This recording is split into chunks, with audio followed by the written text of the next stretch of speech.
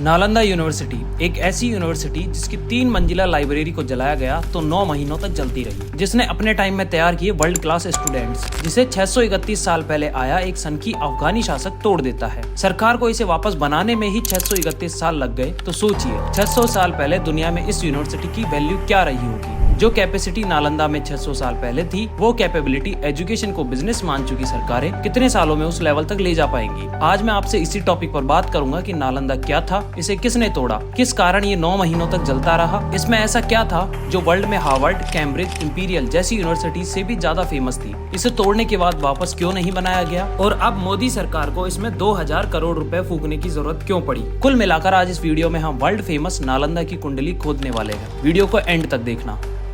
Production के दम पर जीडीपी के हिसाब से भारत दुनिया में 5वें स्थान पर है, जो 2027 तक तीसरे स्थान पर आ जाएगा। लेकिन जब तक वर्ल्ड को नॉलेज में लीड नहीं करेगा, तब तक हमारा देश विश्व गुरु नहीं बन सकता है। सरकार ने मॉडर्न जमाने के मुताबिक 2020 में न्यू एजुकेशन पॉलिसी बनाई। सेंट्रल लेवल पर न्यू एजुकेशन सिस्टम के साथ ओल्ड एजुकेशन सिस्टम को भी जागृत करने का काम किया जा रहा है। इसी के तहत पुराने सभी मोन्यूमेंट्स को वापस खड़ा किया जा रहा है, जिसमें 550 साल पहले नष्ट किए गए राम मंदिर से लेकर 831 साल पहले बर्बाद गई नालंदा विश्वविद्यालय भी शामिल है।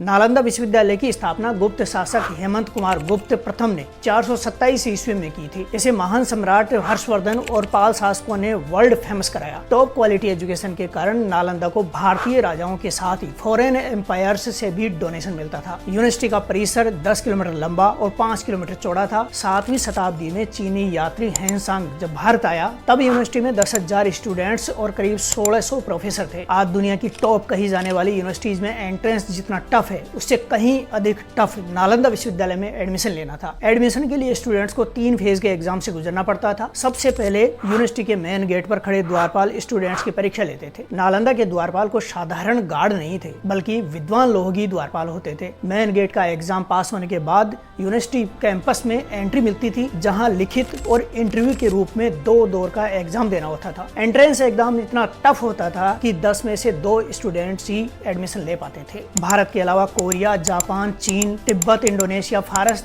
तथा तुर्की जैसे 20 से अधिक कंट्रीज के स्टूडेंट्स एजुकेशन के लिए नालंदा आते थे। यहाँ के स्पेशल ग्रेजुएट्स दुनिया भर में बौद्ध धर्म का प्रचार करते थे। नालंदा को 9वीं शताब्दी से 12वीं शताब्दी तक वैश्विक ख्याति प्राप्त थी। 1096 में बने लंदन की ऑक्सफोर्ड यूनिवर्सिटी को दुनिया की सबसे प्राचीन यूनिवर्सिटी माना जाता है। लेकिन जब ऑक्सफोर्ड बनी, तब नालंदा से अध्ययन करने निकले हजारों छात्र दुनिया भर में बौद्ध धर्म का प्रचार कर रहे थे। आज जो नाम Oxford, Cambridge, Harvard, imperial universities का है, उससे कहीं अधिक नालंदा विश्वविद्यालय का हुआ करता था। जब नालंदा अपने चरम पर था, तब दुनिया की इन टॉप यूनिवर्सिटीज का अस्तित्व ही नहीं था। यूरोप और अमेरिका की इन यूनिवर्सिटीज को जिस तरह का संरक्षण वहाँ के किंग्स से मिला, वैसा नालंदा विश्वविद्यालय को भारत के राजाओं से नहीं मिला।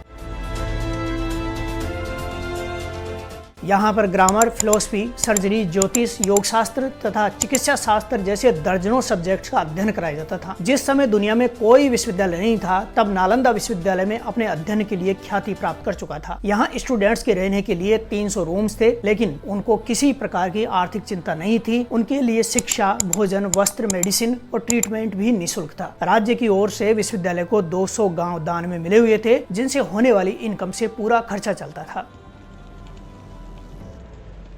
नालंदा को पहली बार 4वीं शताब्दी में स्कंदगुप्त के शासनकाल के दौरान मध्य एशिया से आए हूण शासक मिहिर कुल ने नष्ट कराने का प्रयास किया, लेकिन स्कंदगुप्त के उत्तराधिकारियों ने यहाँ लाइब्रेरी का बहुत बड़ा भवन बनवा दिया। दूसरी बार 7वीं सेंचुरी की शुरुआत में नालंदा पर गोदास ने अटैक किया, तब भी इस यूनिवर्सिटी को काफी नुकसान पहुंचा, किंतु बौद्ध राजा हर्षवर्धन ने फिर से पूरी यूनिवर्सिटी को तैयार करवा दिया। नालंदा विश्वविद्यालय के पूर्ण विनाश की कहानी 12वीं सदी में अफगानिस्तान से शुरू होती है। हिस्टोरियन मिन्हाज ने अपनी बुक तबकाते नासिरी में बख्तियार खिलजी की स्टोरी का जिक्र किया है। खिलजी तब मोहम्मद गोरी के दरबार में मुलाजिम हुआ करता था। 21 बार जीतने के बाद 1192 ईस्वी में जब पृथ्वीराज चौहान की हार हुई, तो मोहम्मद गोरी के आर्मी कमांडर कुतुबुद्दीन ऐबक ने दिल्ली को अपना एम्पायर घोषित कर दिया। बख्तियार खिलजी नामक लड़का अफगानिस्तान से इसी कुतुबुद्दीन ऐबक के साथ भारत आया था। वह बिल्कुल अनपढ़ था, लेकिन बहुत एम्बिशियस था। दिल्ली सल्तनत मिलने के बाद कुतुबुद्दीन के लिए बख्तियार खिलजी बहुत मेहनत करता है। इसे देखते हुए ऐबक उसको अपना आर्मी कमांडर बना देता है। इसके बाद दिल्ली एम्पायर के मिशन पर खिलजी बंगाल जाता है। तब बंगाल भारत के सबसे अमीर इलाकों में से एक था। वहाँ से बहुत सारी दौलत लूट कर दिल्ली लाता है। फिर उसे बिहार का मिशन मिलता है। बिहार मिशन के दौरान खिलजी बौद्ध शासित कुछ क्षेत्रों पर कब्जा कर लेता है, लेकिन बीमार पड़ जाता है। उसका तुर्की हकीमों से ट्रीटमेंट करवाया जाता है, लेकिन उसकी सेहत में सुधार नहीं होता। बीमारी के कारण खिलजी मरने की हालत में पहुंच जाता है। एक थ्योरी के अनुसार खिलजी जब बीमारी के कारण मरने की स्थिति में पहुंच जाता है, तब उसे कोई नालंदा विश्वविद्यालय के चांसलर आचार्य राहुल श्रीभद्र से ट्रीटमेंट करवाने की सलाह देता है। किंतु इस्लामिक धर्मांध खिलजी भारत के प्रोफेसर से ट्रीटमेंट लेने के लिए तैयार नहीं होता है, क्योंकि उसे तुर्की हकीमों पर ज्यादा भरोसा था। अनपढ़ व्यक्ति वॉर के लिए शक्तिशाली हो सकता है, लेकिन उसका सेंस काम करे इसकी कोई गारंटी नहीं होती है। खिलजी ये मानने को तैयार नहीं था कि भारत का वैद्य उसके हकीमों से ज्यादा ज्ञानी, ज्यादा काबिल हो सकता है। हर दिन मरने की तरफ बढ़ता जा रहा था। आखिर जान बचाने के लिए आचार्य श्रीभद्र को बुलवा लेता है। श्रीभद्र के सामने खिलजी शर्त रखता है कि भारतीय चिकित्सा पद्धति में बनी किसी भी प्रकार की मेडिसिन को नहीं खाएगा, इसलिए बिना औषधि के वो उसको ठीक करके दिखाएं। वैद्यराज श्रीभद्र कुरान की एक कॉपी उसे देकर शुरुआती कुछ पृष्ठ पढ़ने को कहते हैं। प्रोफेसर श्रीभद्र के बताए अनुसार खिलजी कुरान को पढ़ता है और कुछ ही दिनों में ठीक हो जाता है। असल में श्रीभद्र ने कुरान के कुछ पन्नों पर आयुर्वेदिक दवा का लेप लगा दिया था। खिलजी थूक लगाकर कुरान के पन्नों को पढ़ता गया, जिससे दवा उसके शरीर में जाती रही और वह ठीक हो गया। खिलजी बीमारी से ठीक हो गया, लेकिन आयुर्वेदिक ट्रीटमेंट के इस शानदार तरीके से उसे ईर्ष्या हो गई। खिलजी ये मानने को तैयार नहीं था कि एक भारतीय वैद्य उनके हकीमों से ज्यादा ज्ञानी कैसे हो सकता है। इसलिए श्रीभद्र जिस नालंदा विश्वविद्यालय के चांसलर थे, उसी को नष्ट करने के लिए 9 मंजिला तीनों पुस्तकालयों को आग लगा देता है। इस आग में लगभग 90 लाख पुस्तकें,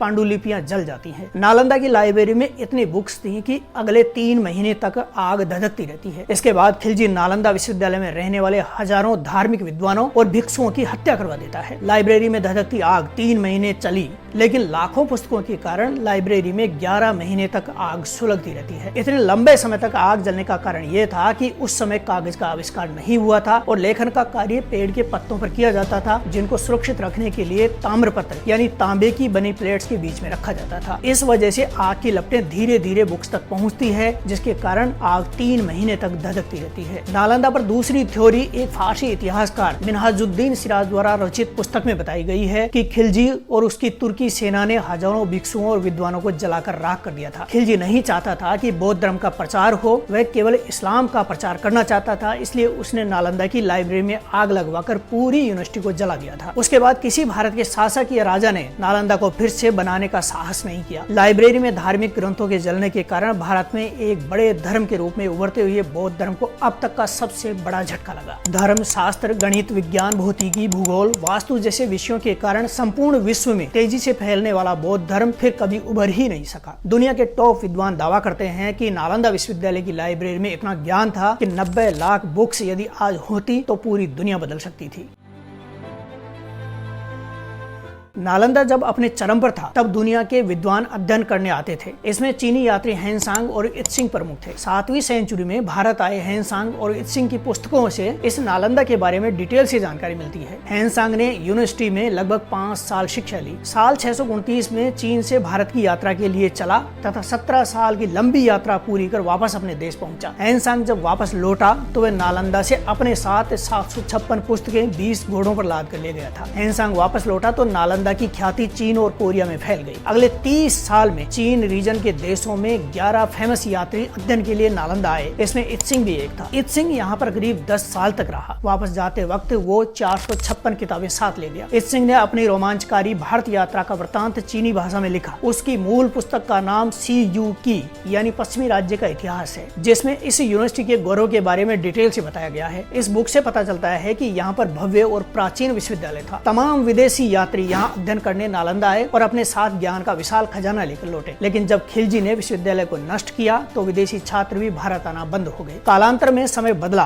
और मुगल काल से होता हुआ भारत अंग्रेजों का गुलाम बन गया। नालंदा यूनिवर्सिटी को जलाए जाने के बाद करीब 600 साल उपरांत 19वीं सेंचुरी में ब्रिटिशर्स के समय नालंदा की एक बार फिर से खोज शुरू हुई। फ्रांसीसी भूगोलविद हैमिल्टन बुकानन ने 1811 में इस स्तर का सर्वे किया। उसने मिट्टी और मलबे की टीलों को देखा। उसने ये माना कि यहाँ पर एक बहुत बड़ा रहस्य छिपा है, लेकिन ये इस प्रसिद्ध स्थान को नालंदा विश्वविद्यालय से नहीं जोड़ पाया। हेनसांग और एत सिंह की बुक्स में लिखे वृत्तांत के आधार पर मेजर मार्कहम किट्टो ने 1847 में पहली बार इन टीलों का संबंध नालंदा यूनिवर्सिटी से स्थापित किया। इसके बाद अलेक्जेंडर कनिंघम ने 1861 में आधिकारिक सर्वे किया। ब्रिटिश काल में एएसआई ने 1915 से लेकर 1937 तक इन खंडरों की खुदाई की। भारत की आजादी के बाद पाली व संस्कृत भाषा में एक आधुनिक केंद्र नालंदा के खंडरों के पास 1951 में नव नालंदा महाविहार स्थापित किया गया। उसके बाद 1974 और 1982 के बीच खुदाई और जीर्णोद्धार का दूसरा दौर शुरू हुआ, जिसमें प्राचीन नालंदा विश्वविद्यालय के संपूर्ण अवशेष मिले। इसके बाद कई दशकों तक भारत की सरकारों ने नालंदा को पुनः स्थापित करने में रुचि नहीं दिखाई।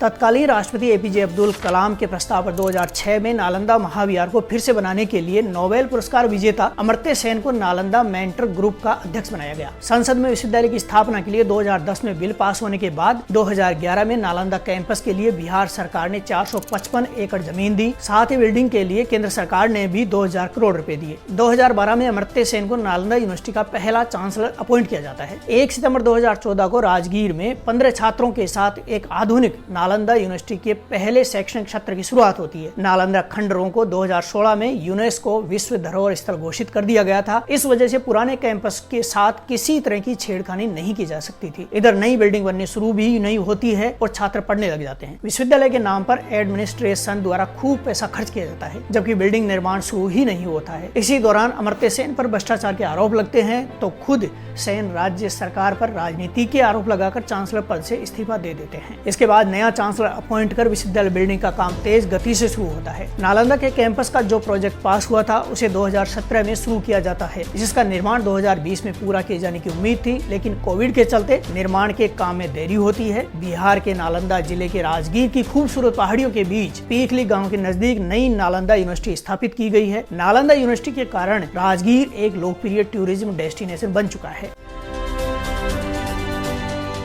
यूनिवर्सिटी में 26 देशों के students arts, humanities, social sciences, management, business administration, mass media, journalism, science courses PhD कर रहे हैं। नालंदा में एडमिशन एंट्रेंस टेस्ट के आधार पर होता है। यहाँ विदेशी स्टूडेंट्स के लिए 37 प्रकार की स्कॉलरशिप भी शुरू की गई है। विश्वविद्यालय में PG डिप्लोमा, PhD और शॉर्ट टर्म कोर्सेज भी संचालित किए जा रहे हैं। नए कैंपस का निर्माण 1750 करोड़ रुपए की लागत से किया गया है। कैंपस के कई भवनों को हाईटेक तकनीक से बनाया गया है, जो गर्मी के दिनों में ठंडी और ठंड के दिनों में गर्म रहते हैं। कैंपस में खुद का पावर प्लांट भी है। कैंपस में ही 2 एकेडमिक ब्लॉक बनाए गए हैं, जिसमें कुल 40 क्लासरूम करीब 1900 स्टूडेंट्स के बैठने की व्यवस्था करते हैं। एक बड़ा ऑडिटोरियम है जिसमें 300 लोगों के बैठने की व्यवस्था है। स्टूडेंट्स के लिए फैकल्टी क्लब और खेल परिसर भी है। यूनिवर्सिटी में कॉमन किचन और खाना खाने के लिए कॉमन डाइनिंग हॉल है। प्रत्येक स्टूडेंट को अपने कमरों में अटैच किचन भी दिया गया है, ताकि वह अपनी परंपराओं और धार्मिक रीति रिवाज के अनुसार खुद अपना खाना बनाकर खा सके। कैंपस में ही वाटर रिसाइकलिंग का प्लांट है। University camp net zero green campus के रूप में कार्य करता है। इसमें सौर ऊर्जा संयंत्र, वाटर ट्रीटमेंट और रिसाइकलिंग,